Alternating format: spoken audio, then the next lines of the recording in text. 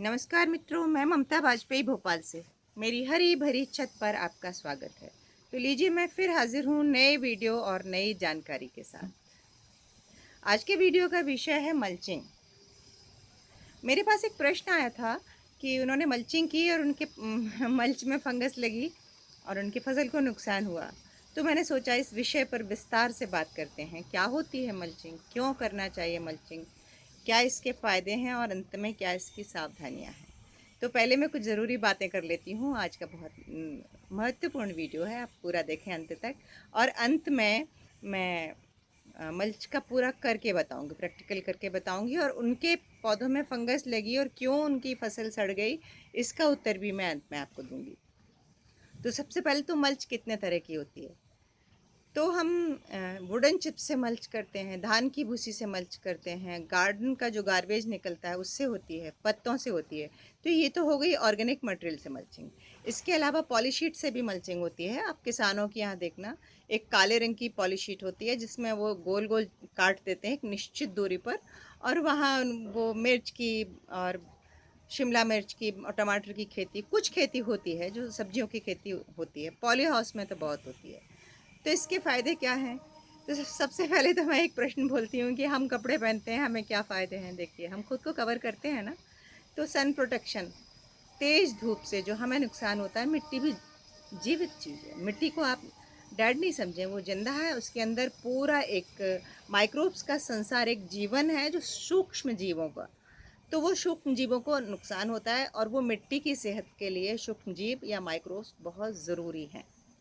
मिट्टी की गुणवत्ता बनाए रखना है तो माइक्रोब्स का होना ज़रूरी है, और ऑर्गेनिक मटेरियल का होना ज़रूरी है।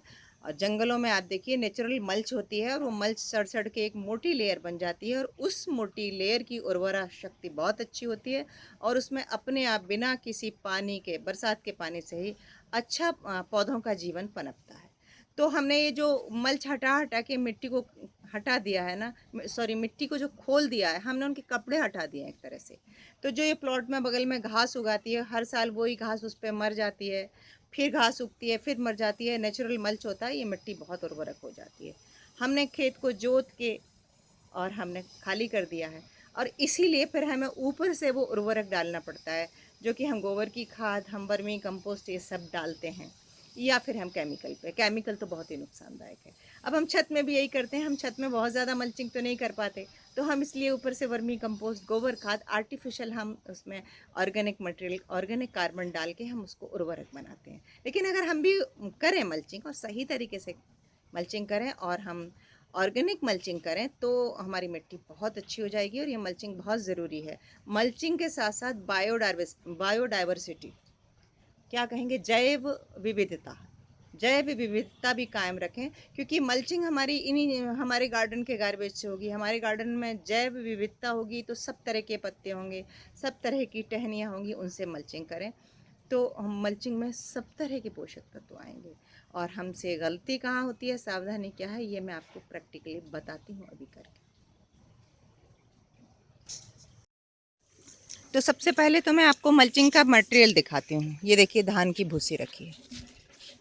और जिनके पास धान की भूसी नहीं है वो मायूस ना हो, क्योंकि बहुत सारे दूसरे मटेरियल भी हैं। देखिए नीचे ये भी रखा है, नारियल के जटे भी रखे हैं, और जो बारीक लकड़ियाँ वगैरह होती हैं उनसे भी होती है, और उनका भी मल्च मैं बताऊंगी। पहले मैं वो बताती हूँ जो मैंने कर रखी है मल्च। मेरी कुछ पुरानी मल्च है और कुछ मैं अभी करके भी बताऊंगी।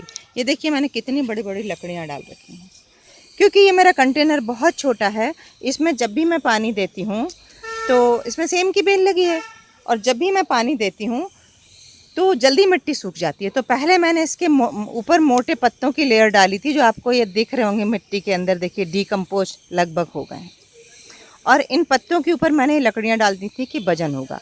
लेकिन आप एक बात देखिए कि हम जब भी मल्चिंग करें, जब ये मोटी मोटी लकड़ियाँ होती हैं, इनके बीच से हवा प्रॉपर पार होती है।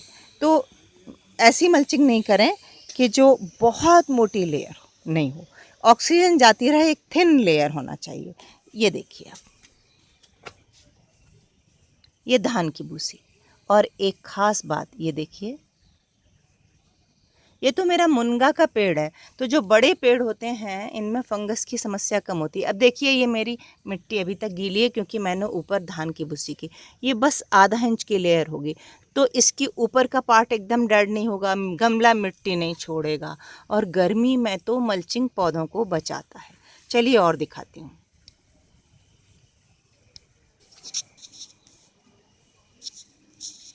इसे गौर से देखिए, ये भी एक तरह की मल्चिंग है। ये मैंने मिट्टी पे एलोवेरा लगाया है और ये 2-3 साल से लगा है। और इसके बाद जो ये क्यारी है, मैंने इसमें देखिए क्या किया है, मैंने वही बायोडाइवर्सिटी क्रिएट की है। उधर हालांकि सीज़न चला गया है, पर ये जो है ना तोरई और लौकी के बीज पड़े होंगे, ये उगाए हैं, तो मैंने इन्हें प्रोटेक्शन दे दिया। जो भी पौधों की कटिंग काटी वो भी डाल दिए। सब तरह के पौधे हैं, लेकिन आप गौर से देखो, जो मैं आपको बार बार एक चीज़ दिखा रही हूँ, कितना लूज़ है सब कुछ, कितना लूज़ है। एयर जाना बहुत ज़रूरी है। अगर एयर जाएगी तो ये आपको कवर भी करेगा मिट्टी को और ये पूरा ऑक्सीजन भी सप्लाई होगी। अगर हम इसको दबा दबा के मल्च कर देंगे तो फिर इसमें फंगस डेवलप होगा और पत्ते सड़ेंगे। अब फंगस डेवलप तो होगा ही, अगर फंगस डेवलप नहीं होगा तो फिर ये डिकम्पोज होकर खाद कैसे बनेगा। फंगस डेवलप होना, इसका डिकम्पोज होना एक पार्ट है और वो बहुत ज़रूरी है। तो फिर आप देखिए कि ये जो तना है, हमारे तने में हमें फंगस नहीं चाहिए। फंगस क्या करता है कि पौधों को खा के और डिकम्पोज कर देता है, तो वो इन बेलों को भी खा जाएगा। यही उन मैडम के साथ हुआ होगा जिन्होंने ये प्रश्न किया।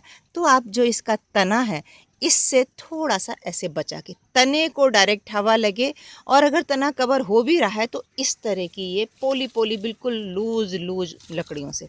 तो आप हमेशा ये इस तरह का गार्डन को, अगर आप, जब मैं पहले जानती नहीं थी तो मैं बिल्कुल नीट एंड क्लीन करके एक एक पत्ता उठा के फेंक के क्यारी साफ़ कर देती थी।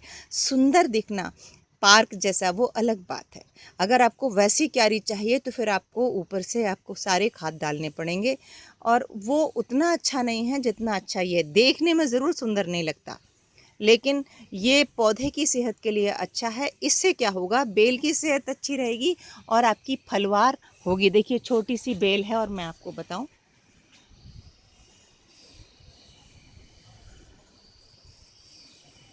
फल बनने शुरू हो गए हैं।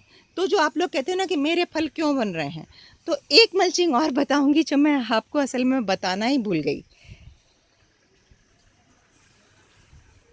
एक तरह की मल्चिंग और होती है, जैसे ये मेरी देखिए गोभी है, अभी में हमने पौध लगा दिए, तो हम गोभी में मल्चिंग नहीं करेंगे क्योंकि ये बड़ा होके खुद इसका पत्ता इतना आकार लेगा कि सेल्फ मल्चिंग हो जाएगी।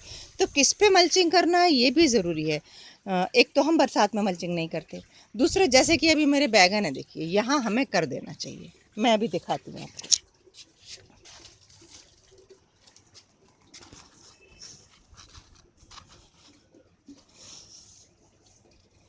अब मैं कहाँ से करूँगी, किनारे से, क्योंकि मिट्टी यहीं से पहले सूखती है, किनारे से ही हवा जाती है और ये बहुत ऊंचे भी रखे हैं। तो देखिए कितनी मोटी कर रही हूँ, लेकिन मैं इसका स्टेम का एक घेरा बना लूँगी ये, और इस घेरे को नहीं करूँगी मल्च। धान की भूसी नहीं है तो आप पत्ते से भी कर सकते हैं, आप लकड़ी घास के भूसे से भी कर सकते हैं। एक मल्च और बताऊँगी जो मैं बार बार भूल गई, ग्रीन मल्च। मेरे दिमाग में नहीं आया, पहले मैं कैसे बताना भूल गई।